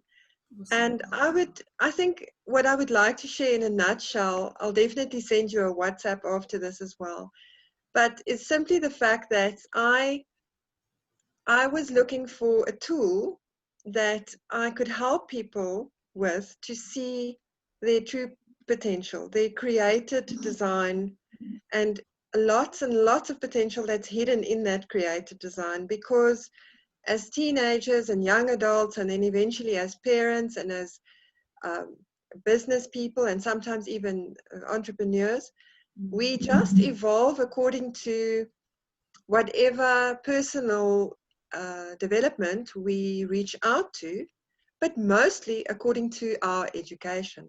And then, as you started off today, we miss out on the other skills that we have, but also we have more than we think often. And I eventually, after being an entrepreneur in another field and in another field, I brought it all together in my life, and I trained as a facilitator with that specific tool, and I started offering it to people, but it first had to change my life. So I found so much more of my own skills using the Tooltrees tool, and then I started designing my workshops and using all of my expertise, and made it a complete new business with accumulated 30 years of experience. And I cannot tell you how fulfilled I feel because I'm doing it. And yes, it's just developing you know, every month, every 6 months it's developing. It's a growing business. I'm also a solopreneur. But as we touched on today, I just find that the more I connect with people and the more I collaborate, the more I grow. And I just want to encourage everyone with that as well. Oh, awesome. That's such a wonderful story. Thank you so much for sharing, Corinne. That's really cool. I love the wanting to unlock the potential in people, whether it's creative potential or financial potential, whatever. I think you're right, we have so much more inside of us that we just don't recognize. So that's really awesome. Thank you for sharing. Anyone else like to share? Maybe time for one more person. I see a few people have jumped off already, so we can also close out the call if you would like to, Carla. Before we close out, I just want to mention as well, backtrack a bit to when you were telling the story of the watch that arrived in pieces. And I also saw a version of that, but it was actually a jewelry designer who was working with beads. And it was a similar situation, and then the person was actually arguing with her, saying, okay, but the beads cost this amount, the pliers cost this, and going through all the different prices. And then she also sent it to them in pieces. And and linking to that, I think it's very important to remember that what we provide and the value that we add is more than the sum of our parts. So it's not just looking at the input, it's also we add that X factor that nobody else can add. And we also have to remember that it's not just, you know, because I often fall into that trap where I just think, okay, it's like, you know, you become very pragmatic and you kind of like, okay, this is so much, that is so much, but you kind of forget that essence that makes your service different and differentiates it from somebody else. It's not to say it's worse or better, but it's different, and your clients might not be someone else's clients and vice versa. And that's also why I want to add to what Corinne also said about collaboration, and it's something that I've seen when I started my own venture as well, is that the opportunities to collaborate and to focus on what you love. I think Anneke and Christine also touched on that. You know, if everybody could just focus on their passion areas and outsource to other people who can then focus on their passion areas, what a wonderful world it would be. Oh, yes. So that's just what I wanted to add. And then, Christine, the slides are finished now, or? Yes, they are. Oh, okay, great. So, yeah, then I just want to say thank you so much for Christine for taking the time out to prepare and to deliver this presentation and have the discussion with Anneke and myself, and also everybody who joined us tonight. This is all for you. I see someone else is joining now. Interesting. Yes, we're going to have more events later on this year. In August, it's going to be a global event for the Future Females global birthday. Future Females Port Elizabeth, we had our birthday now on Sunday, so we're 2 years old. And Future Females, thank you. Future Females Global is 3 years old. So we're quite new, but we're making waves and we're changing the landscape for female entrepreneurs. And it's just, I was just thinking as the moment when I took, well, not the moment, but now, after taking over the chapter and now having a wonderful co-ambassador in Anneke, who's like just amazing behind the scenes and in front of the scenes, and she's like such a relatable person, and she really cares. And then also our amazing speakers like Christine and Annette Lovemore did our birthday mini workshop last week. And I just wanted to say, guys, the bar's being set really high. So our next event is going to be on this level as well. So no pressure to Anneke and myself, but it just shows you the amount of talent and specialities and care and expertise that we have in especially our local community. We are Future Females Port Elizabeth, so obviously our focus is firstly on our local community, but then even broader to that, because now with COVID, we've got a lot of online opportunities to actually connect and collaborate and get more inspiration from across borders. And I just think it's amazing. So once again, Christine, thank you. Thank you to everybody here today. Thank you, Anneke, also for being so open and vulnerable. I know it's not easy, and it was very brave. So I'm going to close out the meeting. I'm going to stop the live on Facebook. And then if anybody else wants to still stay on and have a chat, feel free. But yeah, we're like just on time, 6 o'clock. So thank you. Yay, I made it. Thanks everyone for joining. It was a pleasure. Thanks, Christine.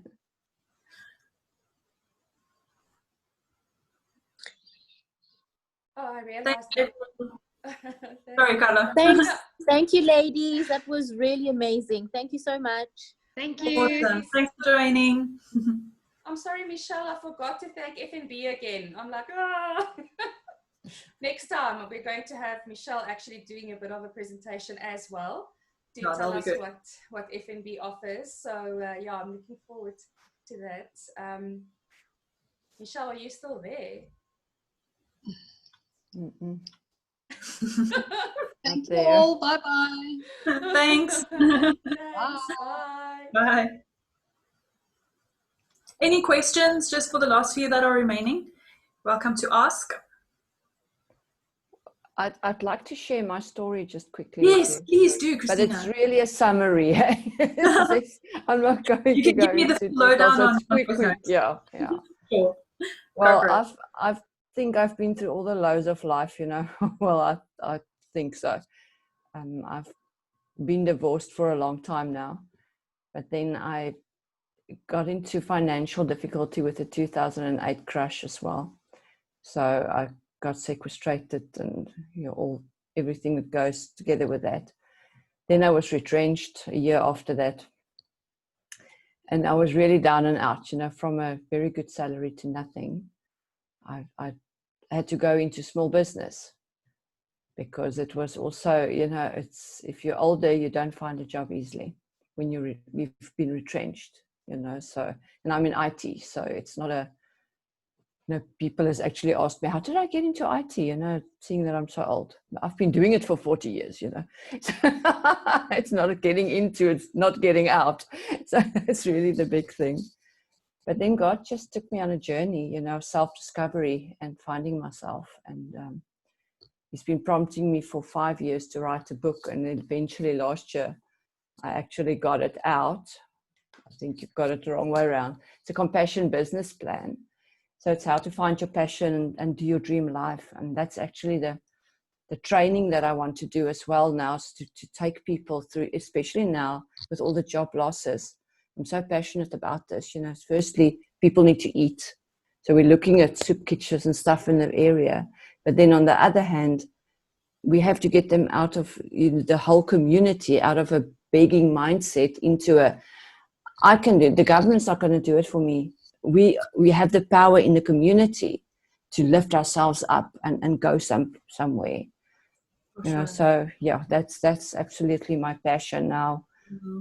That's amazing. I love that.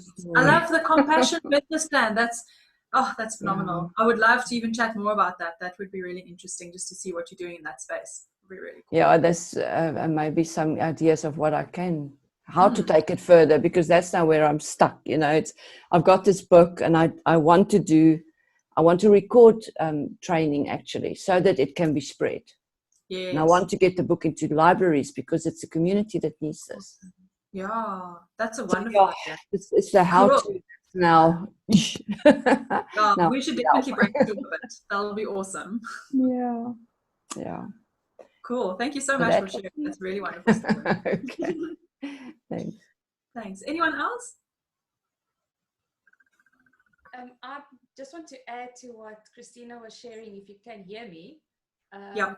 Oh, sorry. I'm just checking. You still have the green bar around you, Christine, so I thought maybe my sound isn't coming through. Oh, there it switches now. I think my computer's tired.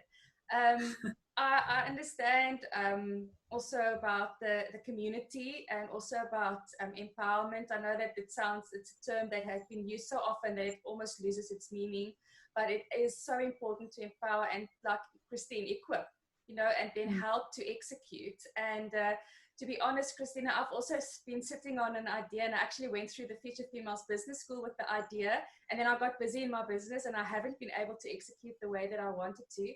But I've started Leg Up NPO Booster, which is actually, I want to create a platform online, specifically for non-profit organizations, but at grassroots level or, you know, at the lower level, to actually empower them and also to empower those that they serve.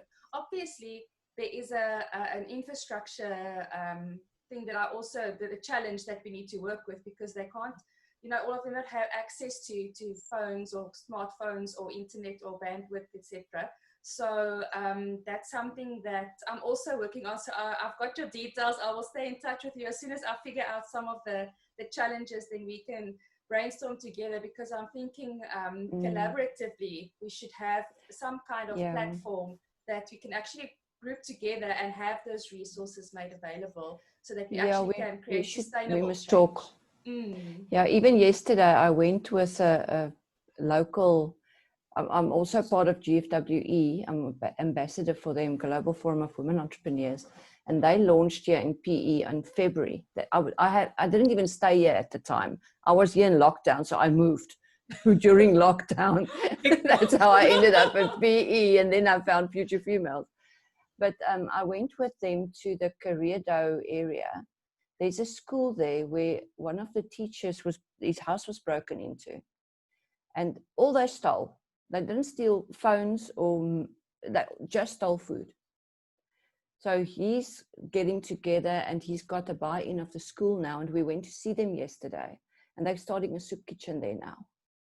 So next to the soup kitchen, we also want to start them, because they've already started, but they don't know how. So we're getting them help in to start a vegetable garden, so that they can grow their own veggies for the soup kitchen. You know, so that is the way, and then backyard gardens and all this. So, you know, there are people out there that's actually doing this. And if we can just get behind them with resources, you know, not handouts, but resources. So I really believe in people must help themselves. You know, I don't want to make them dependent on us. So we are there to ignite them to do that themselves. So yeah, we must hear it. We must talk. Exactly, we must. Awesome. Yeah. See, this is networking and collaboration. I love it. Yes, I love it. Okay. Cool. Okay. If there's nothing else, I'm done from my side. Carla, is there anything else you would like to share? I'm just checking the chat. If there's anything else, I see some. Mandisa has just said, that's amazing, Christine. Contact me to brainstorm or bounce ideas off of me. She's giving her email address and details, so just save that. But I will be sending out or we'll be sending out the recording link, and then also the chat, so that any information and links that were shared in the chat, that you can also just make sure that you have access to that. So, I see Michelle is actually still on, hey? Yes, just but by the way, see it in the chat, and I don't. I'm not sure if she's. I'm here. Oh, hello. FNB is watching. Just want to hear your voice. My laptop killed my chat, and then I had to connect on my phone, and then that didn't work, and oh my word. But I'm back. Oh, welcome. Awesome. So, Michelle, I wanted to check with you while we have you on the line. We are recording this session, and I haven't stopped the recording yet. Perhaps if you just want to tell us just in a nutshell about FNB Business and the offering, and then obviously you and I are going to have a brainstorm session before our next event and make sure that we communicate all the offers to our community. But I just thought let us do an intro quickly, if you don't mind, if you can do it off the fly or off the cuff. Oh yeah, okay. Put me in the hot seat here, why don't you? But anyway.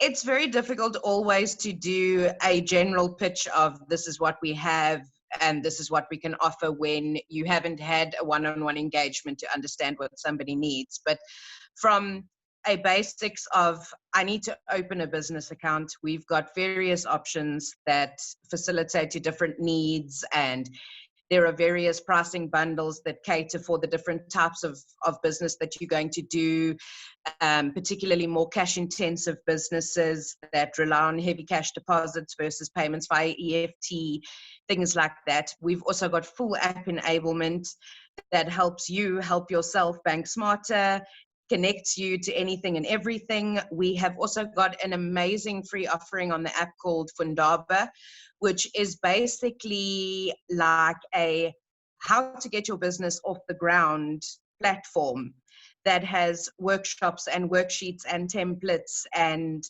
all sorts of amazing offerings. And it's quite advanced, and it goes from grassroots level right through to where you are open, up, running, successful, even to the point of considering a merger. So yeah, there's just so much on offer. There's just so much that's available, and without having context to talk from, we could probably be here until midnight. But if anybody does have any requests for additional information, our website is a great place to go and have a look. So that's just www.fnb.co.za. You'll see at the top there's a little bar that says For My Business, and it will then categorize the different offerings that are available, and it gives you a lot of information and features and what's hot and what you get. And if in doubt, there is a 24/7 business desk, which can be contacted on 087 736 2247. And they can also answer any questions and queries that you may have. And if anybody does want to connect or meet with somebody one-on-one, let me have the details and we'll make the arrangements. Awesome. Thank you so much, Michelle. We'll make sure to mention that in the post that goes with the recording as well. And yeah, we'll definitely also mention it in our post-event communication going out tomorrow, that they can actually reach out to us and we can put them into contact with you. So, and then obviously, like you said, I mean, it's a wealth of information and resources, and I actually love it, like the catchphrase, like, how can we help you? But now it's, how can we help you help yourself? And for me, that is so powerful, and it links to what we were talking about tonight. And also about what Anneke said about, you know, people being more in control of their business and of their life. But I see Christine has to jump off. Thank you so much, Christine. I know that you're very busy. You've got another meeting, so we appreciate it. Thank you so much. Thank you. I'll see you again. Bye, Bye-bye. Bye, Christine. Yeah, bye. so I'm also leaving. Bye. I was just going to say, so just a global bye, everybody. Sorry. Bye. Have a wonderful evening. See you next time.